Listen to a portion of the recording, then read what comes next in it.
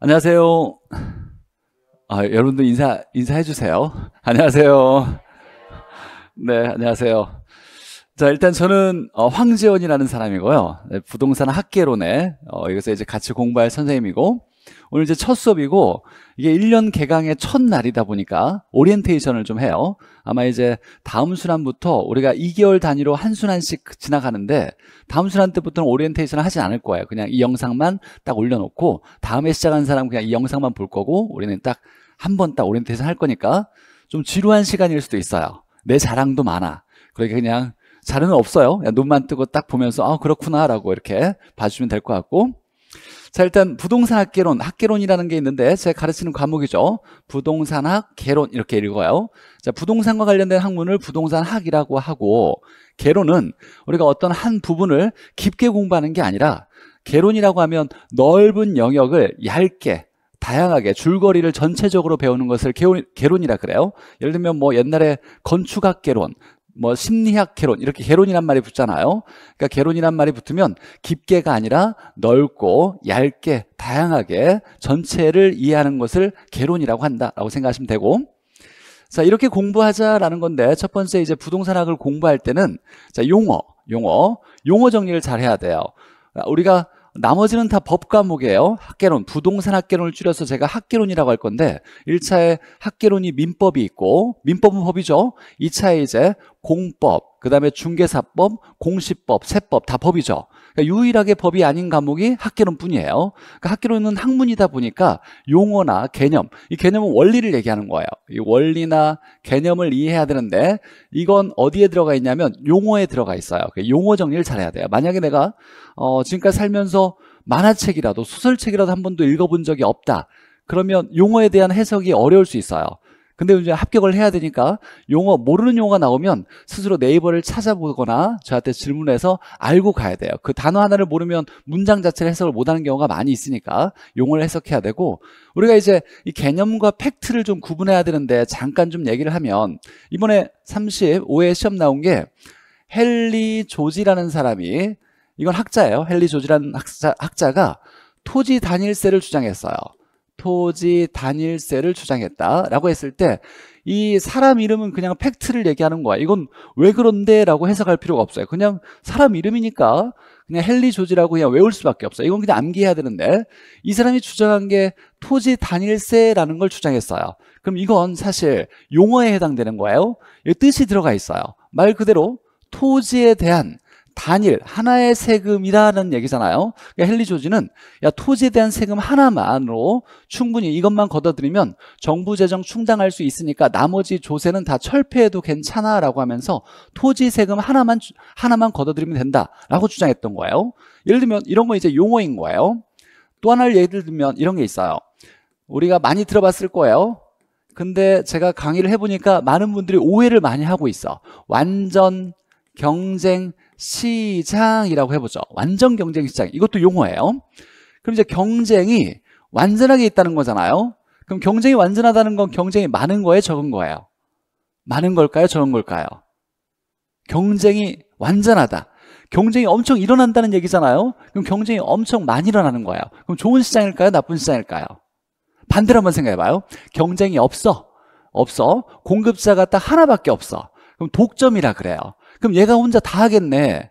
마음대로 가격을 하나 만들어가지고 팔았을 때 엄청 높여가지고 이윤을 다 가져갈 거 아니에요. 그럼 소비자는 손해를 보겠죠. 그러니까 경쟁이 없으면 독점이 일어나는 거예요. 그럼 완전 경쟁이래. 그럼 경쟁이 엄청 많은 거잖아요. 많은 거예요. 경쟁이 완전하게 있다, 많은 거다. 그럼 좋은 거예요, 나쁜 거예요? 좋은 거예요, 좋은 거. 그럼 경쟁이 많다 보니까, 그럼 이 시장에 참여하는 사람이 많을까요, 적을까요? 경쟁이 많이 일어나야 되니까 공급자도 엄청 많고 수요자도 엄청 많겠죠. 그러니까 다수의 시장 참여자가 있으면서 경쟁을 엄청 많이 할 거예요. 그러면 이제 이런 거예요. 어떤 사람이 팔려고 할 때, 내가 만드는데 비용이 100원 들어갔어. 근데 내가 일한 대가나 정상적인 이윤을 가져가야 되니까 한 150원에 팔려 그래요. 이게 딱 정상적인 이윤을 가져갈 가격이야. 근데 어떤 사람은 더 높게 팔려서 더 많이 남으려고 하겠지만, 너도 나도 팔려고 하다 보니까 150원보다 더 비싸게 팔면 사람들이 사질 않을 거예요. 경쟁이 많으니까 결국은 150원에 딱 파는 사람이 등장해요. 그래서 우리가 하나 알아야 될 건 뭐냐면 뭔가를 팔려고 하는 사람은 이윤을 남기려고 파는데 정상적으로 일한 대가만큼을 가져가는 걸 정상이윤이라 그래요. 이걸 넘어서서 가져가는 걸 초과이윤이라 그래요. 이 초과이윤이 있으면 사람들은 투기라는 걸 하려고 해요. 이 초과이윤을 얻으려고. 자, 그러면 기본적으로 경쟁이 완전하게 있대. 자, 그러면 너무 많은 사람들이 서로 뭔가를 팔려고 할 때, 야, 나는 초과이윤 없어도 돼. 정상이윤만 남겨도, 일한 대가만 남겨도 내가 팔고 싶은 사람이 분명히 마지막에 등장하게 되는 거예요. 그래서 따라 기억할 건 완전 경쟁 시장에는 초과이윤이 있을까요? 없을까요? 초과이윤이 없어요. 초과이윤이 없어. 초과이윤이 없으면 내가 남보다 더 많이 가져갈 수가 없다 보니까 투기라는 것도 일어나지 않아요. 좋은 시장이죠. 이상적인 시장이에요. 현실에는 존재하지 않는 뭔가의 경제학적 이론을 완벽히 만족하는 시장을 우리가 완전 경쟁 시장이라 그래요. 그럼 이제 기본적으로 경쟁이 엄청 많이 있대. 그럼 초과이윤은 어떻게 된다? 시장에서 경쟁이 많이 있대요. 초과이윤은 사라지게 돼요. 투기가 일어나지 않게 되는 거예요. 근데 실제 우리 부동산 시장은 완전일까요? 불완전일까요? 불완전이겠지. 이 말은 무슨 뜻이냐면 독과점이 일어나고 있다는 얘기예요.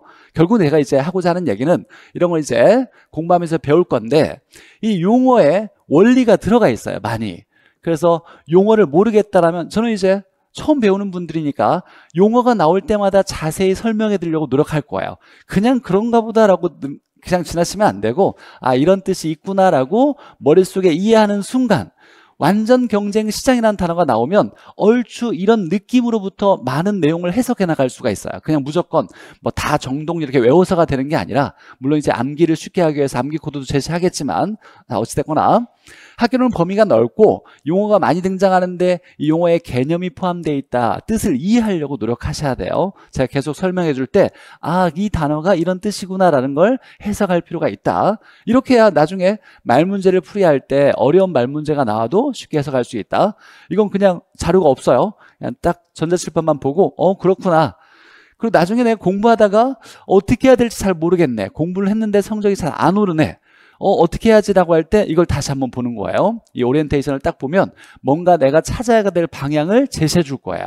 그래서 이 영상은 그냥 공부의 방향을 제시해 주는 오리엔테이션을 생각하면 되고 첫 번째 용어를 잘 해석하려고 해야 된다. 자, 두 번째 계산 문제가 있어요. 학계론에는 계산 문제가 한 과목당 40문제로 구성됐는데 평균 9문제에서 10문제 계산 문제가 이렇게 나오고 있어요. 우리는 이 계산 문제를 다 풀어야 되는 건 아니야. 합격자들을 쭉 보니까 3문제 이상의 계산 문제는 모두 다 스스로 풀어냈어요. 나머지 찍어서 한두 개는 더 맞았겠지. 무조건 어찌됐거나 합격생은 거의 다 100%는 아니겠지만 95% 이상 다 3문제 이상을 풀어낼 수 있는 능력을 갖춰야 돼요. 학계론에서. 그럼 뭐 이제 우리 수포자가 있잖아요. 수학을 예전에 공부를 하나도 안 해서 난 계산만 보면 머리가 어지럽고 힘들다라는 분도 있을 텐데 어쨌든 마음을 좀 오픈을 해야 돼요. 제가 초등학생부터 알아야 되는 수학적 지식을 다 가르쳐주면서 천천히 잘 설명해 줄 거니까 여러분은 가능한 잘 듣고 계산기를 눌러가지고 답을 도출하면 돼요. 계산기 누르는 손가락만 움직이면 돼요. 잘 이해해서. 그러니까 제가 원리를 잘 풀어줘서 가장 쉬운 방법으로 풀어주면 여러분은 이해하고 듣고 알겠네 저렇게 하면 되겠네 라고 이해를 한 다음에 이제 여러분이 할 일이 있어요. 여러분은 이제 반복적으로 연습을 해야 돼요. 이건 여러분이 해야 이걸 합격하는 데 있어 계산 문제를 풀어낼 수 있으니까 제가 설명한 거 잘 듣고 여러분 연습해라. 계산 문제 나는 무조건 버릴 거야 라는 마음은 버리고 이러면 안 돼요. 무조건 할 수 있다라는 생각을 듣고 선생님이랑 하면 해낼 수 있을 거라는 마음을 가지고 오픈해 놓고 계산 문제 풀어야 된다라는 마음을 좀 명심해 두시고 세 번째가 학기로는 이해 과목이에요. 이해 과목. 학문이다 보니까 물론 이제 단원이 오늘 이제 정리를 할 건데 총 8단원으로 구성되어 있는데 4단원은 암기만으로도 해결될 수 있어요. 4단원은. 근데 4단원은 이건 이해가 필요한 단원이에요. 암기만으로 해결이 안 돼요. 너무 다양하게 파생되는 용어라든지 이런 것들이 변형되는 문장들이 많이 나올 수 있기 때문에 이해를 해야 해석할 수 있어요. 그래서 이해가 필요한 과목이다. 한번 이해하면 흔들리지 않는다는 얘기는 오래 남아요. 뭔가를 딱 명확하게 그냥 단어만 딱 외운 것이 아니라 여러 복합적인 내용들을 전체를 딱 이해를 딱 하면 시간이 오래 지나도 별도로 공부하지 않아도 오래 남아요. 그래서 흔들리지 않는다는 건 오래 남는다를 얘기하는 거예요. 그래서 오랫동안 기억할 수 있게 해주고 우리가 이제 동차 합격이라는 게 있잖아요. 우리 시험은 1차, 2차 이렇게 모두 합격해야 동차 합격이잖아요. 그러면 학개론만 공부할 수 없잖아요. 학개론은 한번 제대로 이해하면 오랫동안 공부하지 않아도 느낌적으로도 충분히 풀어낼 수 있는 단원들이 많이 있어요. 그래서 적은 시간을 들여서 가장 고득점을 맞을 수 있는 과목이 학개론이에요. 수업을 잘 듣고 이해하고 하라는 대로만 복습만 딱딱 정확히 해주면 시간이 지나도 많은 시간 투자하지 않아도 고득점을 유지할 수 있다. 그래서 동차하는 데 있어서 효자 과목이 될 수 있다라고 얘기하는 거예요. 제 옛날 이런 합격생들이 시몬스 침대 이런 얘기도 했었어요. 흔들리지 않는다. 한 번만 딱 정확히 이해하면 오래 간다. 자, 어쨌거나 세 번째까지 이게 이제 학개론의 중요한 특징이었어요. 용어 개념을 잘 해석해야 된다. 계산 문제 나는 버릴 거야 라고 생각하면 안 돼요. 무조건 풀어내야 되겠다. 이해 과목이니까 이해를 해야 된다. 선생님 설명을 잘 듣고 그게 무슨 뜻인지 해석하고 이해할 수 있어야 된다. 특히 나중에 이제 경제론, 투자론, 금융론, 감정평가론 이게 이해가 필요한 단원이에요. 근데 학개론에 합격을 결정하는 단원은 이 네 단원이에요. 암기 단원은 그냥 남들 다 할 수 있어요. 근데 좀 어렵게 나오는 게 이해 단원이다 보니까 경제론, 투자론, 금융론, 감정평가론을 이해를 잘 하려고 노력하셔야 된다. 어떻게 이해해야 되는데? 제 설명을 잘 듣고 알아들으려고 노력해야 돼요. 알아듣지 못할 수도 있죠. 그러면 다시 또 공부해서 찾아서 질문하거나 온라인에서 질문을 던져놔야 돼요. 그래서 이걸 이해가 안 된다, 해석이 안 된다. 그럼 제가 친절하게 잘 풀어드릴 거니까. 자, 이건 학개론뿐만 아니라 모든 공부예요. 모든 공부. 제가 공부를 잘했어요. 제가 이제 서울대 나왔어요. 공부 잘했겠지. 모든 공부 잘하는 사람들은 특징이 이거예요, 사실. 자, 좋은 강의를 듣는 게 좋아요. 강의를 들어서 이 강의를 듣는 건 그 말이 이런 내용이었구나 라고 내가 알아듣는 이해하는 과정이 강의를 듣는 단계예요. 자, 그 다음에 강의만 들으면 안 되고 여러분이 이제 읽고 문자를 해석할 수 있어야 돼요. 우리가 합격하려면 잘 알아듣고 아는 걸로는 해결이 안 되고 시험을 봐서 문제를 맞아야 돼요. 시험을 보려면 문자로 해석할 수 있어야 되겠죠. 그러니까 문자 해석 능력을 높이려면 읽어봐야 돼요. 많이 읽어보고 암기를 해야 되겠죠. 머릿속에 정리하고 이걸 바탕으로 이제 문제를 많이 풀어봐야 돼요.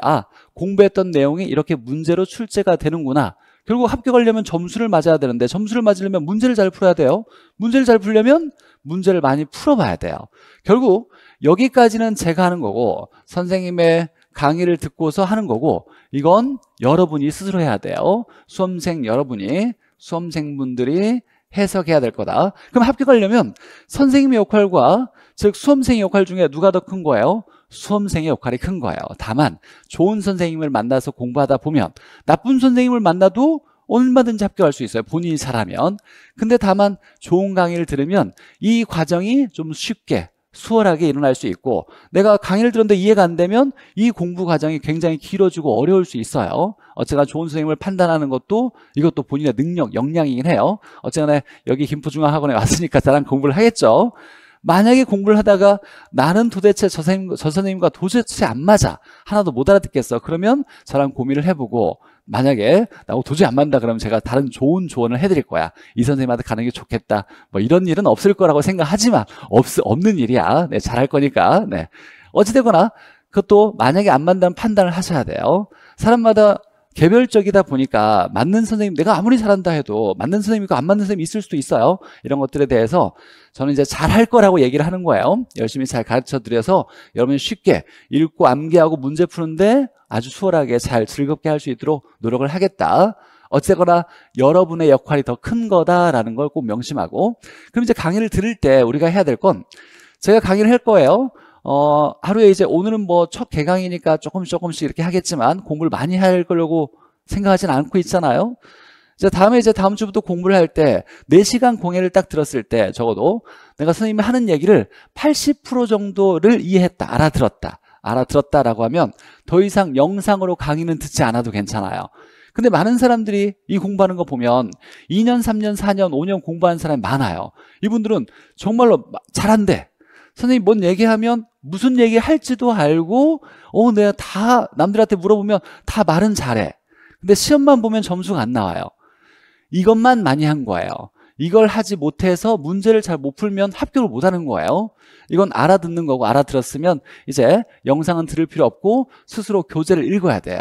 이제 통합이론서를 읽고서 아, 선생님이 했던 얘기가 문자로 이렇게 된 것이 맞네. 아, 글로 해석되는 것도 이해가 되네. 그래서 암기할 건 암기하고, 그리고 이 내용이 어떻게 문제가 출제가 되었는지 풀어보니까 아, 이렇게 문제가 풀리네. 맞다 틀리다가 구분이 되네. 라고까지를 여러분이 하셔야 어떤 한 단원이나 한 테마의 공부가 끝난 거예요.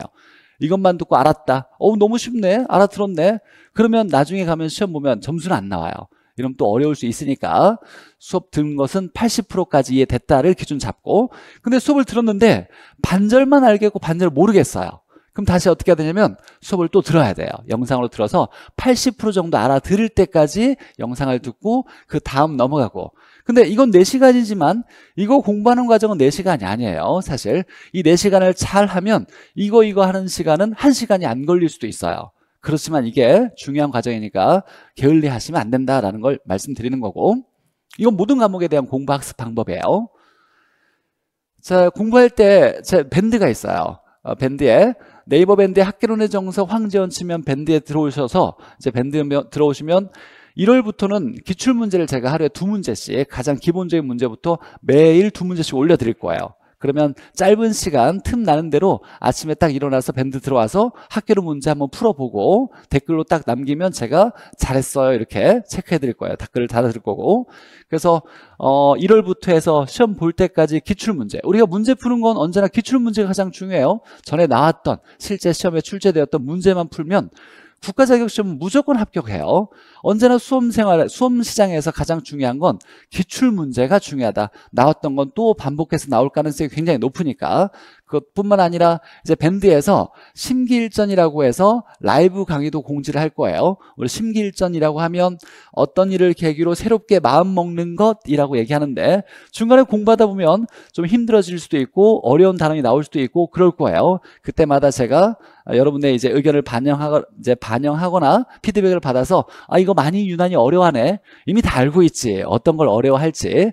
그럴 때마다 제가 라이브로 잠깐씩 토요일 날 아마 7시 이후에 아마 진행을 할 것 같아요. 라이브를 틀어서 여러분과 이제 댓글창으로 소통도 하면서 필요한 거 이렇게 강의도 할 거고, 그 다음에 우리 부동산 학개론, 공인중개사에서는 부동산 학개론이 있지만 이것과 가장 유사한 타 자격시험은 딱 하나밖에 없어요. 감정평가사 시험에 1차에 부동산학 원론이 있어요. 우리 시험보다 조금 어렵긴 하지만 어쨌거나 7, 80%가 거의 비슷해요. 그리고 올해 35회 공인중개사 시험은 감정평가사 부동산 원론에서 6문제 정도가 출제됐어요. 그러니까 타 자격시험을 봐야 돼요. 이런 문제도 제가 틈틈이 밴드에 공지하면서 라이브로 진행할 거다. 이건 정규 수업은 아니고 관심 있는 분이 밴드에서 저랑 같이 참여해서 공부할 수 있는 기회가 될 거고, 자, 메가랜드 홈페이지를 활용할 때는 이제 메가랜드에 Q&A 학습 이제 질문 올릴 수 있는 그게 있는데, 여기다가 공부하다가 내가 야, 방향을 잘 못 잡겠다, 어떻게 해야 될지 모르겠다, 이 교재에 대해서 이해가 안 된다, 이 내용이 이해가 안 된다 그러면 Q&A에 질문을 올리시면 제가 하루나 이틀 이전에 이제 답변을 드릴 거예요. 상황에 따라서 이틀 뒤에 좀 답변을 올릴 수도 있기도 하고, 뭐 후기 우건 걸 남겨주시면 너무 좋겠다라는 얘기고. 그래서 메가랜드 홈페이지 들어가면, 메가랜드 홈페이지 딱 들어가면 자, 이런 화면이 나올 텐데, 자, 교수 소개를 누르면 이제 제가 황재원 이렇게 들어갈 수 있겠죠. 들어가면 이런 화면이 떠요. 여기 이제 왼쪽 좌측에 학습 Q&A라고 있어요. 이걸 클릭하면 여기에 질문하기가 있어요. 그럼 질문하기를 딱 누르면 이런 거 모른다 질문하면 제가 하루나 이틀 뒤에 바로 답변을 달아드릴 거예요. 그 아래 이제 수강후기가 있으니까 야, 선생님 수업 들었더니까 너무 좋더라, 좋은 얘기가 있으면 남겨주시면 제가 또 기뻐서 칭찬해주면 더 즐겁게 열광해 줄 수 있겠죠. 아마 더 감사함을 보답해 드릴 거니까. 자, 이렇게 홈페이지 활용하시면 될 거고, 자, 두 번째 1년 공부 가이드 한번 잠깐 볼게요. 1년 동안 이제 시험 볼 때까지 어떻게 공부할지를 보면 아직은 이 커리큘럼이 잘 이해가 되지 않을 수도 있는데 대충 대략적으로 이렇게 진행되겠다라고 생각하시면 되는데, 우리는 2개월 단위로 한 순환이 이렇게 진행돼요. 2개월 단위로. 자, 11월, 12월, 1, 2월, 3, 4월 이렇게 기초, 기본, 핵심 요약 이렇게 강의가 있고, 이때 교재는 다 통합이론서예요. 메가랜드 통합이론서. 제가 이제 줄여서 메가랜드 통합이론서에서 메통이라고 이렇게 얘기할 거예요. 이번에 이제 메가랜드 교재가 다 바뀌었어요. 이제 입문서, 기본서, 요약집을 했던 거. 예전에는 여기에 입문서, 여기에 기본서, 여기에 요약집을 했어요. 그래서 교재가 달라지면서 사람들이 공부하는데 좀 어려움이 있어서 이걸 다 통합시켜서 한 권으로만, 여기도 메가랜드 통합이론서, 통합이론서, 통합이론서 이렇게 공부를 할 거예요. 다만 이번에 메가랜드가 처음 메가랜드 통합이론서를 만들다 보니까 이건 선생님 별대로 교재가 다 달라요. 그러다 보니까 작업을 좀 많이 할 필요가 있어서 아직 교재가 안 나왔어요. 그래서 11월, 12월 달은 제가 오늘 교환을 나눠드렸죠. PPT 교환. 한 3주나 4주 정도는 교환으로 공부를 하게 될 거고, 그 다음에 이제 통합이론서가 나오면 이걸로 나갈지 아니면 12월까지는 그냥 PPT 자료로 할지 제가 좀 더 여러분의 의견을 반영해서 결정할 거고, 여기서부터는 통합이론서 이렇게, 그러니까 기본서 요약집 따로 공부하지 않고 한 권으로 이론을 이렇게 정리해 나갈 거예요. 그러면 여기서는 시험에 100% 나오는 단원, 100% 매년 나오는 단원을 중심으로 이렇게 공부를 할 거고, 이제 이때부터는 전 범위에 해당되는 내용을 다 배우게 될 거예요. 이때 다 배우고 이때 이제 배웠던 것들의 핵심 요약, 가장 중요한 것만 중심으로 해서 공부를 하게 될 거고, 자, 이 부분은 이론을 중심으로 공부하는 과정이에요. 이론. 물론 근데 우리가 아까 시험을 잘 보려면, 합격하려면 문제를 잘 풀어야 된댔잖아요. 기출문제를 안 건드는 건 아니고 이론을 중심으로 하되 이론에 치중되고 여기에다가 일부 기출문제와 기출지문을 각각 병행하면서 제가 문제를 풀 거예요. 오늘도 역시 그럴 거고. 자, 근데 이제 이 앞에 6개월 동안에 이론을 공부하고, 이 이론을 공부한 이유는 이걸로 합격하기 위한 게 아니라 우리는 1년에 한 번밖에 없는 시험이다 보니까 1년 커리를 잡아야 돼요. 딱 6개월 공부하고 시험 보러 가면 이렇게 커리가 짜여지지 않았을 거예요. 근데 1년에 딱 한 번밖에 없는다 보니까, 자, 초반에는 이렇게 이론을 정리하고, 이론을 정리한 걸 바탕으로 가장 중요한 단어는 여기에요. 5, 6월 달에 이제 공부했던 걸 바탕으로 이제 기출문제를 다 풀어볼 거예요. 그래서 5, 6월 달은 기출문제를 풀어내는 과정이고, 이걸 바탕으로 해서 이제 예상 문제를 풀어내는 거예요. 근데 기출문제를 풀었다 하지만 기출문제가 똑같이 그대로 나오는 건 아니에요. 약간 변형하거나 지문들이 다르게 섞여 나오거나 응용대가, 종합문제가 나올 수 있다 보니까 이 기출문제를 바탕으로 좀 더 변형된 응용문제, 예상 문제를 풀어갈 거고, 이제 9, 10월 달에는 마무리 정리가 있더라라는 거예요. 이렇게 진행돼요. 결국 그러면 이론을 중심으로 초반에 공부하고 기출문제, 예상 문제, 기출문제 바탕이에요. 사실 문제를 많이 풀어서 준비하고 9, 10월 달에 마무리 총정리한다라는 거예요. 이 9, 10월 달 과정은 나중에 차차 자세히 설명할 거니까 커리가 전체 1년 커리가 이렇게 돼 있다라고 생각하시면 되고, 자, 메가랜드 통합이론서는 아직 표지가 정해지진 않았어요. 그냥 제가 가표지, 간으로 이렇게 통합이론서로 이렇게 공부할 거고, 이때는 기출문제집, 여기에 기출문제집, 여기에 예상문제집. 기출문제집과 예상문제집도 다 제가 저자예요. 제가 다 쓴 거니까, 저자가 다 강의하는 거니까 뭐 쉽게 더 수월하게 제 느낌대로 잘 따라가실 수 있을 거예요. 자, 메가랜드 통합이론서 메통이라고 했을 때 이제 교재가 이렇게 구성되어 있다를 잠깐 보여준 건데, 여기에 이제 해당 테마 내용 중에 가장 중요한 기출지문, 이제 기출문제가 다 5개 지문이 다 중요하지 않고 한두 개만 중요한 경우가 있어요. 그럴 때는 한두 개 중요한 것만 끄집어내서 그 테마 내용 옆에다가 제가 지문도 쓸어놔서 기출지문도 볼 수 있게 해놨고, 암기 코드가 있어요. 그래서 내용에 암기 코드에 해당되는 건 옆에다가 암기 코드 작성해서 암기 코드 이렇게 여러분 쉽게 암기할 수 있도록 정리해놨고, 그 다음에 기출문제도 이렇게 있어요. 각 테마에 해당되는 내용 중에 가장 대표적인 23회에 나왔던 것이 가장 대표적인 기출문제면 기출문제도 풀 수 있게 이렇게 정리해놨다. 그리고 단원 뒤에 이렇게 기출지문도 있어요.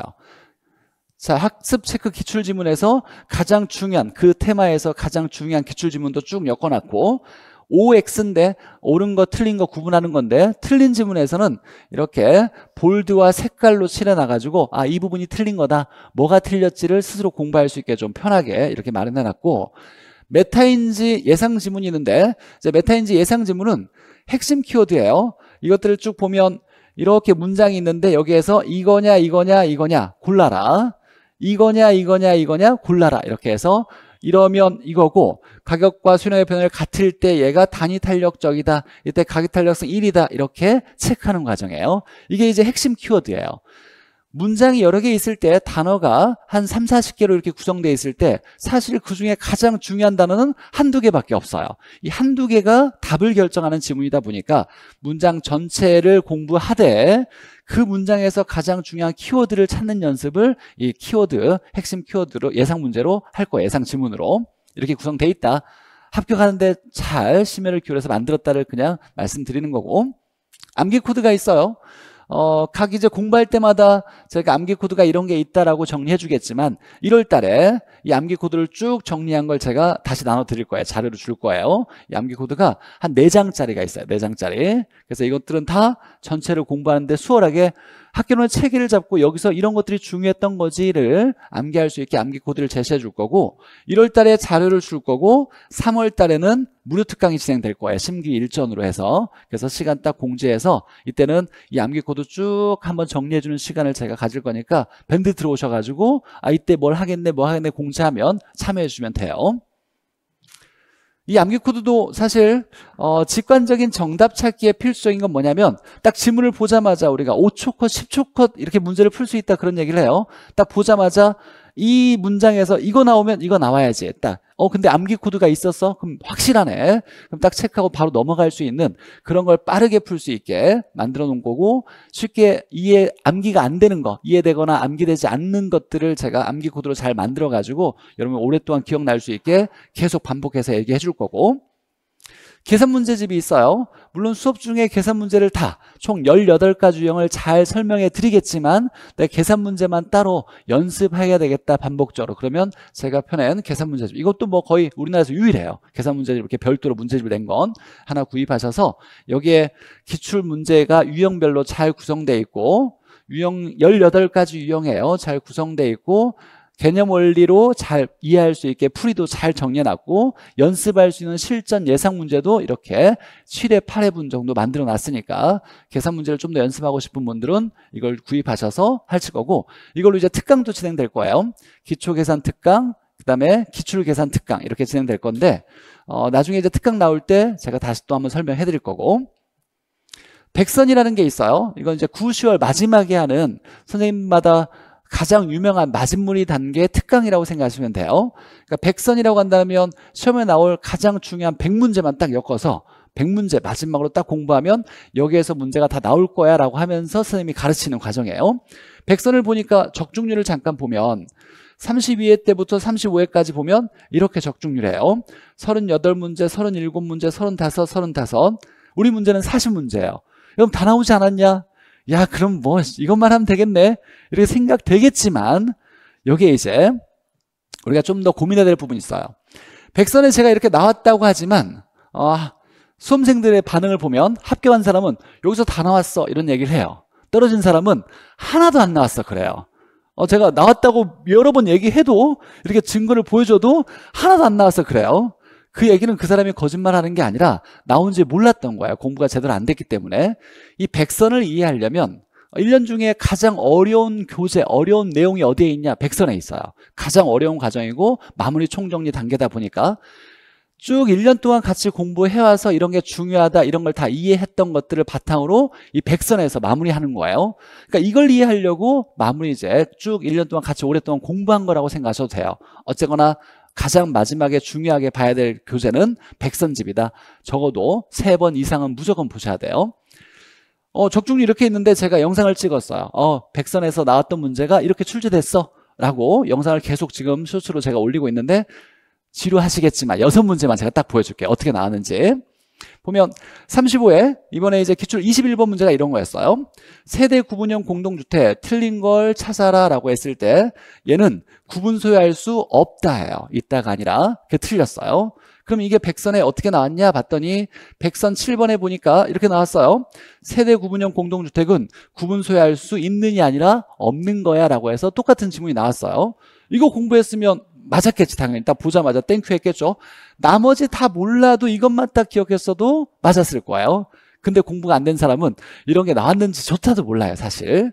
뿐만 아니라 백선에서 이 문제 3번 문제였는데 3번 문제 층과 계층의 차이를 알고 있느냐 이런 내용이 있었어요. 이따가 제가 수업 중에 오늘 해당되는 내용이다 보니까 설명하긴 하겠지만 그 문제까지 3번 문제도 풀 수 있는 지문도 들어가 있었고, 35회 18번에 보니까 이런 게 나왔어요. 지구단위 계획은 이렇게 나왔고 도시군 기본계획에 속한 내용이다가 아니라 도시군 관리계획에 속한 내용이에요. 이건 답이 나와 있어요. 지구단위 계획 나오면 어쩌고 저쩌고에 합리화 잘하고, 증진 잘하고, 개선하고 잘하고, 확보해서 잘하고, 여기에 관리하기 위하여 이렇게 나오죠. 그럼 도시군 관리계획을 얘기하는 거예요. 역시 백선에서 보니까 이렇게 나왔어. 3번에 42번에 지구단위 계획은 이렇게 해서 어쩌고 저쩌고 잘 계획하기 위한 뭐다? 도시군 관리계획이다. 역시 틀린 지문으로 나왔던 거예요. 그럼 뭐 이거 공부했으면 당연히 맞았을 거고. 22번에 보니까 이렇게 나왔어요. 자, 옳은 건데 양도소득세를 중과했을 때 어떠냐, 취득단계, 처분단계 어떠냐라고 하면서 이건 다 틀린 지문이고, 니은에 재산세와 종부세의 과세 기준일은 동일하다, 6월 1일로 똑같다, 이런 지문이 나왔는데 이런 것들은 우리 시험에 한 번도 등장하지 않았던 지문들이에요. 감정평가 시험에 나왔던 지문들이에요. 이거 이제 나왔던 것들, 중요한 것들은 제가 계속 소개를 시켜줬던 거고, 그래서 백선에 보니까 재산세와 종부세 보유단계의 과세로 과세 기준일이 동일하다 이렇게 나왔고, 여기에 취득단계, 처분단계는 뭐가 있고, 양도소득세 중과하면 뭐가 있고, 거의 똑같은 문제가 나왔던 거예요. 25번에 보니까 내부수익률법에서 아직은 좀 어려운 내용이긴 한데, 할인법 중에 자, 틀린 거에서 재투자율은 요구수익률을 쓴다가 아니라 내부수익률법에서 내부수익률 자체가 재투자율 할인율이에요. 이 문제가 답이었는데, 백선에 보니까 재투자율로 내부수익률법에서는 요구수익률 쓰는 게 아니야 라고 하면서 제가 문제 만들었던 내용이에요. 거의 똑같은 지문이었고, 27번에 보니까 자본환원율은 수익 방식에서 자본환원율이라는 게 있어요. 얘가 보니까 금리가 오르면 자본환율을 낮추는이 아니라 높이는 이라고 나와야 돼요. 그래서 틀린 답이 나왔는데, 답으로 됐던 지문인데 백선 92번 보니까 금리를 오르면 자본환율을 높이는 이라고 옳은 지문으로 나왔어요. 결국 이런 내용들이 많이 똑같은 게 들어가 있는데, 공부를 하는 사람은 이거 공부했던 게 다 나왔네 라고 하지만, 공부가 잘 안 됐던 분들은 그냥 마지막에 백선만 보면 되겠지라고 하는 사람들은 이 내용이 들어가 있는지도 몰라요. 이 문제 자체를, 지문 자체를 해석할 능력이 없어요, 사실. 어찌됐거나 열심히 공부해서 마지막에 백선으로 잘 정리하면 고득점 맞는데 어려움이 없다를 제가 말씀드리는 거고, 뭐 하나 더 보면 기준 시점을 미리 정했을 때는, 원래 이제 기준 시점이 가장 중요한 용어인데 가격 조사를 완료한 날이에요. 그래서 기준 시점은 가격 조한 날 이렇게 제가 암기하면서 미리 정할 수 있는데, 미리 정할 때는 그 날짜로 하는 것이 아니라 가격 조사가 가능한 경우에만 할 수 있다 이렇게 나와야 돼요. 여기까지 나오면 가격 조한 날로 끝나는데, 뒤에 문장이 더 들어가 있으면 미리 정할 때는 그 날짜에 가격 조사가 가능한 경우에만 할 수 있다라고 나와야 돼 라고 하면서 제가 94번 쪽지게 백선에 자, 기준 시점은 가격 조사를 완료한 날로 한다라고 하면서 미리 정할 때는 그 날짜로 한다가 아니라 가격 조사가 가능한 경우에만 할 수 있다라고 하면서 이 부분이 중요해라고 계속 강조했던 부분이 좀 다르게 나오긴 했지만 결국 똑같은 지문이 나왔던 거예요. 결국 열심히 공부하면 기출문제라고 해서 뭐 너무 걱정할 건 없어요. 나왔던 문제만 정확히 해석해서 풀어내면 60점 만드는 전혀 어렵지 않고 80점까지 충분히 맞을 수 있다를 말씀드리는 거고, 물론 이 과정까지 하려면 1년 동안 열심히 공부를 해야 돼요. 하라는 대로 잘할 때. 합격생 중에 가장 올바른 자세의 합격생은 나는 뭔지 잘 모르겠어, 근데 선생님이 하라는 대로만 했더니 합격했네, 이런 마음이 가장 수월하게 아주 공부를 잘한 거예요. 고생하지 말고 그냥 하라는 대로만 딱 초반부터 이렇게 진행하면 어려움 없이 충분히 합격하실 수 있겠다. 자, 시험제도 잠깐 보죠. 다른 선생님도 다 시험제도 말씀해 주시겠지만 1차 과목에 학개론과 민법이 있고 2차 과목에 중개사법, 공법, 공시세법 이렇게 있어요. 2차 과목 선생님이 말씀해 주실 테니까 저는 1차만 잠깐 얘기하면, 1차 시험에서 학개론과 민법, 우리가 이제 1차, 2차 합격하면 동차로 합격하고 설명회 때 많이 들었을 거예요. 내가 동차로 준비했는데 1차만 합격하고 2차가 안 됐어. 그러면 다음번에 한해서 1차 면제하고 2차만 공부해서 합격하면 최종 합격이고, 그때도 2차가 안 되면 다시 원래부터 처음부터 공부하셔야 되고, 동차로 공부했는데 1차가 안 됐어, 2차만 됐어, 이건 의미 없어요. 무조건 불합격인 거고, 그래서 1차를 합격해야 2차의 합격 여부가 의미가 있는 거다라고 생각하시고, 자, 1차에 두 과목이 있는데 한 과목당 40문제씩이에요. 평균 60점이면 합격. 근데 꽈락이 있어요. 40점 이상은 돼야 돼요. 40점까지는 괜찮은데 하나 더 틀리면 무조건 평균 불문하고 불합격. 자, 근데 1차는 두 과목밖에 없다니까 나는 얘가 좋아. 얘를 잘해. 얘는 어려워. 그렇다고 나는 얘만 공부하고 얘 100점 맞고 얘 뭐 40점 맞으면 될까? 이렇게 공부하면 안 돼요. 어떤 게 어렵게 나올지 몰라요, 사실. 물론 이제 예전에는 경향성이 있어서 하나에 어려우면 하나에 쉽고 어려우면 쉽고 이렇게 했는데 요즘 그런 경향성이 사라지고 있어요. 둘 다 열심히 하셔야 돼요. 그냥 최선을 다해서 1차는 둘 다 열심히 해야 된다. 자, 보니까 학개론과 민법에서 만약에 학개론이 40점, 민법이 80점 맞았다고 해보죠. 그럼 얘가 20점 보태주니까 평균 딱 60점이 나오겠네요. 그러면 합격. 근데 이 경우에 보니까 얘 95점, 얘 37.5예요. 그러면 평균은 62점이 넘는지만 얘가 꽈락을 당해서 즉 40점이 안 됐으니까 40점 이상이 안 되니까 무조건 불합격 이렇게 되는 거예요. 그래서 꽈락은 면해야 된다. 40점 이상 80점까지인데 여기서 이제 엄청 중요한 얘기가 있어요. 한번 보죠. 1차 과목은 두 과목이다 보니까 두 과목 이건 정확히 알고 있어야 돼요. 두 과목이다 보니까 60점 넘으면 합격인데 평균 꽈락이 40점 있어요. 그럼 둘 중에 하나가 최저 점수면 40점이잖아요. 그러면 평균 60점을 맞기 위해서 평균 60점을 얻기 위해서 얘의 필요한 점수는 몇 점이에요? 80점이죠. 내가 공부를 더 많이 해서 85점, 90점, 95점, 100점을 맞았다 한들 합격에는 전혀 도움 줄 수가 없어요. 80점까지만 의미가 있는 점수예요. 그러니까 꽈락을 면해야 되니까 40점 무조건 40점 이상은 돼야 돼. 아무리 낮아도 40점 맞아야 돼요. 그럼 다른 과목이 평균 60점 두 과목밖에 없다 보니까 1차가 합격을 하려면 80점까지만 합격에 도움 주는 점수가 있는 거지 이걸 넘어서는 건 그냥 기분만 좋다 뿐이지 합격과는 관련이 없어요. 이게 20점에 해당되는 것이 8문제예요. 8문제. 20점에 해당되는 거. 그러면 40문제 중에 8문제는 풀 필요가 없다는 얘기예요. 합격에 아무런 도움이 안 되는 문제예요. 난이도 상위 문제들이겠죠. 이런 걸 풀려고 고생하면 안 돼요. 물론 능력에 따라서 풀 수 있는 경우도 있겠지만 내가 어려운 것도 풀어내서 내가 뭐 심리적으로 만족감은 좀 클 수 있어요. 남들 못 푸는데 나 혼자 풀었으니까. 근데 우리 절대평가에 시험을 대비하는 방법으로는 전혀 어울리지 않아요. 어려운 건 다 버려야 돼요. 그러니까 우리가 풀어야 되는 최고 점수는 90점, 100점이 아니에요. 1차 과목의 최고 점수는 80점까지만 최고 점수예요. 그 이상은 합격과는 아무 관련이 없는 점수다라고 생각하셔야 돼요.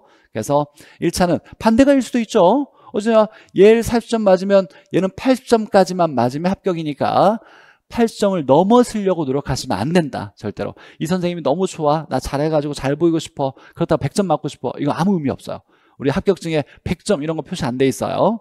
그러니까 1차 과정은 딱 80점까지만 의미 있다. 이렇게 생각하셔야 되고 35에 어떻게 나왔는지 보죠. 아직 단원이 이제 머릿속에 다 정리가 안 돼서 좀 보기에 좀 복잡해 보이긴 하겠지만 단원마다 잘 나왔다. 그냥 골고루 잘 나왔다. 크게 뭐 이변이 별로 없었어요. 다만 자, 이 투자론이 얘가 이제 우리 학개론 중에 가장 어려운 단원, 사람들이 가장 힘들어하는 단원이 투자론이에요. 근데 이 투자론이 이 부동산 학에서 가장 중요한 단원이기도 하고 뭐 학개론의 꽃이에요. 꽃. 가장 우리가 이거 왜 공부하는데 이것 때문이에요. 투자 잘하려고. 투자는 왜 하는데? 돈 벌려고. 그러니까 부동산을 왜 배우는 건데? 라고 했을 때 부동산에 대한 지식을 잘 배워서 투자 잘해서 수익을 창출하기 위해서 이 학개론을 배우는 거예요. 근데 얘가 좀 어려워요. 근데 얘 단원을 보니까 조금 나왔다가 많이 나왔다가 조금 나왔다가 많이 나왔다가 조금 나왔어요. 그러면 네, 우리 36회 때는 어떻게 나올까를 잠깐 생각해보면 많이 나올 수 있어요. 어려운 단원이기도 하고. 근데 제가 우리나라에서 가장 잘 가르칠 수 있다라고 자신하는 단원이기도 해요. 물론 이제 뭐 나머지 어려운 단원들도 잘 하겠지만 설명 잘 듣고 하라는 대로 잘 따라오셔야 된다라는 거예요. 자, 보니까 계산 문제 33에 9문제, 여기 10문제, 여기 9문제 이렇게 나왔어요. 그냥 9문제, 10문제 이렇게 나온다 생각하시면 되고 여기에서 내가 이렇게 9문제 나왔을 때 최대 내가 자신 있게 풀어낼 수 있는 문제는 3문제 이상은 돼야 돼요. 대충 찍어서 한두 문제는 맞을 수도 있겠다 생각하고 여기서 3, 4문제를 풀 수 있도록 준비하셔야 된다. 역시 잘 가르쳐 드릴 거니까 잘 따라오셔야 되고 절대로 마음속에 계산 문제 난 버릴 거야 이렇게 생각하시면 안 돼요. 아주 어렵지 않아요. 진짜로 제가 초등학교 더하기 빼기 사칙연상이나 분수 개념부터 잘 설명해 드릴 테니까 잘 듣고 이해해서 계산기 잘 누르면 돼요. 근데 좀 이럴 때 모르면 창피할 수 있어요. 남들 다 아는 것 같아. 야, 이 꼴 등식에서 이렇게 넘어가면 플러스가 마이너스 바뀌는 것도 난 잘 모르겠어. 모를 수 있어요. 창피하고 이걸 숨기면 그냥 시험 볼 때까지 모르는 거고, 지금 단계는 아주 초창기 단계니까 만약에 모르는 게 나오면 찾아와서 질문하면 에이 이것도 몰랐어. 절대 그러지 않을 거니까 질문하셔야 돼요. 또 옆 분한테 좀 친하면 좀 물어봐서 이거 어떻게 해? 라고 해서 이건 다 알고 있는 대부분의 내용들일 거니까 창피하다고 숨기면 안 되고, 내가 기본적으로 평균적인 수준 이상이면 다 이해할 수 있게, 물론 초등학생 때부터 배워야 될 내용을 잘 정리해 주겠지만 이것도 못 미친다라면 창피하지 말고 적극적으로 알아내려고 해야 돼요. 이것만 잘 견뎌내면 그 뒤부터는 수월할 거니까 모른다고 창피하시면 안 된다. 난이도에 따라서 문제를 보니까 35회가 이렇게 나왔어요. 난이도 상 9문제. 근데 이건 중요하지 않아요. 우리 80점 맞기 위해서 8문제 버려도 괜찮댔잖아요. 그러니까 이 난이도 상의 문제는 전에 안 나왔던 문제 또는 응용 문제 또는 시간이 엄청 오래 걸리는 문제들이에요. 이런 것들은 사실 안 풀어도 60점 맞는데 전혀 어려움이 없고, 이거 하나만 맞춰도 이거 나머지 다 맞춘다면 최고 점수 맞을 수 있는 거예요. 우리가 이제 관심 갖는 건 난이도 하를 틀리면 이건 떨어져요. 무조건. 난이도 하의 문제는 무조건 맞아야 되고, 이건 기출문제 나왔던 게 그대로 똑같이 나오는 게 난이도 하. 난이도 중의 문제는 내가 열심히 공부해서 풀어내야 될 문제라고 생각하셔야 돼요. 이건 기출문제 베이스로 나왔는데 이게 약간 변형되거나 응용되어서 나오는 문제들을 풀어낼 수 있어야 돼요. 우리가 합격하려면 이걸 건드는 게 아니라 난이도 중과 난이도 하의 문제는 실수하면 안 된다. 그리고 1년 동안 열심히 공부하는 건 이 문제를 풀어내기 위한 거다라고 해석해야 돼요.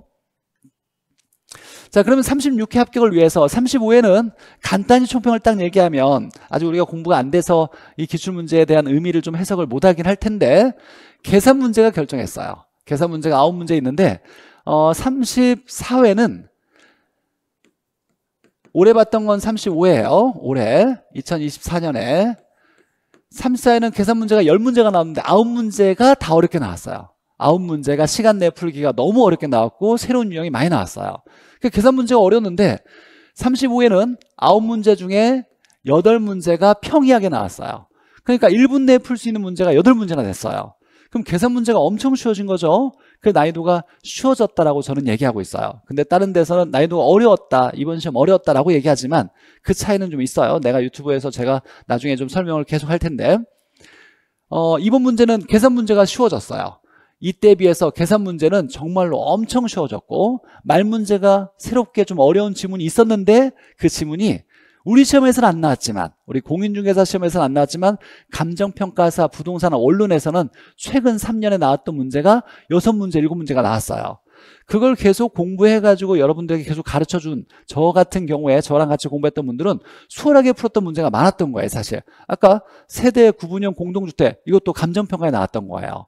이것도 대부분 다 감정평가에 나왔던 지문들이 이제 중요했던 거에 나왔던 거고, 계산 문제가 쉬워졌기 때문에 좀 쉽다라고 저는 얘기를 드리고 있는데, 일단 합격률이 좀 나오면 좀 객관성이 좀 되겠죠. 어제 36회 합격하기 위해서는 계산 문제 포기하면 안 된다, 마음속에 이렇게 생각하고 있어야 되고, 개념과 용어를 명확하게 이해해야 된다라는 거예요. 그냥 단어 뜻이 아니라 단어 속에 숨겨져 있는 개념, 원리를 해석하려고 노력하셔야 돼요. 이건 제가 다 풀어줄 거예요. 풀어줄 때 잘 듣고 귀담아 듣고 이제 조금씩 공부하셔서 복습하셔야 되고, 자, 지문을 공부할 때는 키워드를 찾는 연습해야 돼요. 이 단어, 이 문장들이 많이 있을 때 여기서 가장 중요한 단어 한 3, 4개만 뽑아봐 라고 했을 때 저와 일치되는 순간 여러분이 이제 지문을 쉽게 해석할 수 있어요. 근데 처음에는 잘 연습이 안 될 수도 있어요. 처음에는 잘 안 될 수도 있겠지만 꾸준히 그냥 이거 중요한 것 같아 라고 동그라미를 계속 쳐보면 나중에는 제가 중요하다는 것과 여러분이 중요하다고 동그라미 쳤던 것이 일치할 거예요. 그 단어가. 그럼 이제 여러분도 정확히 키워드를 찾는 연습이 끝난 거라고 생각하시면 돼요. 어찌됐거나 문장 전체를 해석하는데 단어 30개를 완벽하게 해석하는 게 중요한 게 아니라 그 문장에서 키워드가 딱 나오면 이게 맞다 틀리다를 구분하는 게 중요한 거다. 우리 문제가 40문제 나오는데 시간이 50분 주어져요. 5분은 마킹해야 되니까 40문제를 45분에 풀어야 돼요. 한 문제 1분 15초에 풀어야 돼요. 한 문제의 지문이 10줄이에요. 10줄 이상이에요. 그러면 한 10줄 이상의 문제를 꼼꼼히 읽어서 1분 내에 풀기는 사실 어려워요. 그래서 암기 코드도 필요한 거고 키워드 찾는 연습이 필요한 거예요. 자, 평가 시간이 제가 이렇게 너무 길게 하려고 하지 않았는데 하다 보니까 더 길어지고 있네요. 그냥 제가 합격 후기 한번 잠깐만 보면 1년 행복했다. 어렵게 느껴졌는데 잘했다. 반복해서 열심히 공부했다. 계산 문제 열심히 꾸준히 반복했다. 그래서 82.5를 맞았다. 나이는 60이다. 그래 잘했다. 이런 얘기예요. 그래서 이해하기 쉬웠다. 선생님 강의는 암기 코드로 환상적인 조화가 좋았고 암기 코드도 적당히 잘해서 뭐 천재적인 암기 코드라는 얘기 내가 많이 들었어요. 성심으로 하나라도 더 알려주려고 하는 마음이 읽어졌으며 학계론 그 어떤 교수님과 비교할 수 없는 나 이 단어가 너무 마음에 드는데 품위가 느껴지는 명품 강의였다. 이렇게 말씀해 주신 분이 있는데 너무 감사한 분이죠. 제 밴드에 가시면 밴드 들어가면 합격 후기가 많이 있어요. 합격했던 친구분들이 많이 이제 올려주셨으니까 혹시나 궁금하시면 가보시면 밴드에 들어가시면 합격 후기 볼 수 있다. 마지막으로 이제 제가 드리고 싶은 얘기는 우리가 이제 공부하는데 즐겁게 공부하는 것도 중요해요. 근데 제가 재미가 없어 타고나길 웃긴 얘기 잘 못해요. 수업은 그냥 딱 수업만 딱 하려고 노력할 거고 어쨌거나 합격을 목적으로 즐겁게 공부하면 좋긴 하겠지만 이렇게 뭐 웃긴 얘기를 해가지고 즐거운 게 아니라 하다 보면 알아가는 재미가 분명히 더 커요. 사실 그냥 잠깐 웃는 게 아니라 이걸 명확히 알아서 문제까지 풀려지면 그 즐거움이 훨씬 더 커요. 그걸 제가 느끼기 위해서는 최선을 다할 거고 시험을 대비하는 공부다 보니까 시험에 합격하는 게 최종 목표예요. 근데 시험은 어떻게 나올지 몰라요.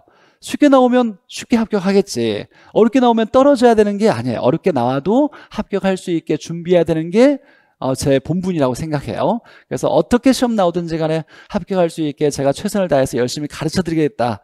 여러분도 노력하셔야 된다. 그래서 합격할 수 있게 진짜 준비된 공부를 할 수 있게 제가 열심히 연구해서 강의하겠다. 저뿐만 아니라 누구의 도움이 필요하냐면 저도 열심히 잘해야 되겠지만 여러분도 열심히 잘해야 돼요. 그래서 처음부터 항상 무조건 나는 1년에 합격할 거야. 이 공부 오래 하면 나뿐만 아니라 주변 사람 다 힘들어요. 그래서 무조건 1년에 동차 딱 끝낸다는 마음을 가지고 물론 상황에 따라서 어쩔 수 없으면 1차, 2차 나눠서 하겠지만 무조건 1년에 딱 끝내겠다는 마음을 가지고 소신 있게 합격하겠다고 생각하면서 가셔라. 잘하겠다. 자, 강의 보죠. 우리 11월 12월 기출 강의는 이제 PPT 교환으로 먼저 하고 교재가 나오면 메가랜드 통합이론서 나오면 이걸로 할지 PPT를 12월까지는 쭉 갈지 제가 좀 계속 고민해 볼 거고 아까 얘기했던 것처럼 용어 정리해 줄 건데 잘 듣고 이해하려고 하고 자, 기출 문제도 풀어 볼 거고 뭐 계산 문제도 열심히 제가 잘 기출 수학부도 잘 풀어 드릴 거다라는 얘기고 학습 방법 단원명은 쭉 있지만 그건 뭐 아직 봐도 모를 거예요. 이렇게 하겠지라고 생각하시고 학습 방법은 이제 제가 가장 바라는 거 이제 수업을 들을 거예요. 그냥 눈만 뜨고 있으면 안 돼요. 그냥 눈만 뜨고 그렇구나 하지 말고 이해하려고 머리가 계속 돌아가야 되고 이것만 하지 마시고 수업 중에도 암기하려고 그래요. 뭘 적으면서 암기가 아니라 머릿속에 여러 번 되뇌이는 것도 암기가 되는 거예요. 수업은 정말 빡세게 힘들게 지칠 정도로 수업을 잘 듣고 그러면 집에서 공부하는 시간이 엄청 수월해져요. 그래서 수업에 가능한 이해하고 암기도 하려고 최선을 다해서 노력하셔라 라고 하고 나머지는 시간을 줄여서 복습 시간 줄이고 그 남은 시간은 가족들과 좋은 시간 보내고 이렇게 해도 충분해요. 마지막 9시월 때는 그냥 무조건 노는 거 없이 무조건 공부만 해야 돼. 근데 지금은 좀 여유가 있으니까 수업에만 집중해도 충분하다. 복습 시간은 1시간. 이제 이게 제가 여러분의 해야 된다고 얘기하는 거예요. 수업 딱 하고 하루에 당일 내가 학기론 날이면 그날 1시간은 공부를 해야 되겠다라고 맘먹어야 돼요. 1시간은 내가 복습해야 되겠다. 짧게 20분 하든지 30분 하든지 1시간 공부하든지 1시간을 공부하는데 뭘 할 거냐? 이거예요. 매주 확인학습 문제가 있을 거예요. 문제 푸는 게 있을 거예요. 이 문제를 100%예요. 100%. 그러니까 초반에 배우는 문제는 무조건 100% 알아야 되는 문제만 제시해요. 제가 기출 문제를. 그래서 1시간 복습하면서 수업했던 거 좀 읽어보고 문제 있는 거 다 풀어서 100% 이해될 수 있게 하면 아마 3월 모의고사 때부터 60점 이상부터 해서 고득점 80점까지 금방 가서 즐겁게 학교로는 부담 없이 공부할 수 있을 거니까. 근데 이거 안에다가 나중에 닥쳐서 하면 힘들어요. 그래서 하라는 대로 딱 따라와서 하시면 좋겠고, 밴드 활용하면 좋겠고, 기초계산 특강이 있는데 아마 12월 30일 날 계산 문제집으로 제가 가장 기본적인 거 18가지 중에 10가지 정도의 유형을 가장 기본적인 문제만 기초적으로 풀 수 있게 차근차근 설명한 특강이 있을 거예요. 아마 한 1, 2만 원쯤 되는 특강일 거예요. 유료 특강이에요. 돈 내고 내가 계산 문제 좀 어렵더라, 수업 듣는 걸로 해결이 안 되더라, 그럼 이때 좀 활용하시면 계산 문제 좀 자신감이 생기실 거예요. 자, OT가 생각보다 길었어요. 네, 예상 한 35분 딱 생각했는데 50분이 지났네요. 지루한 시간 잘 견뎌주셔서 감사하고 쉬었다가 그 다음부터 이제 우리 수업 나갈 건데, 오늘 뭐 공부를 많이 하는 날은 아니에요. 목차 첫 번째 1교시는 목차 정리하고 2교시 때 3교시 때는 내용 좀 들어가서 가볍게 공부할 거니까 잠깐 쉬었다가 수업 시작하겠습니다. 네.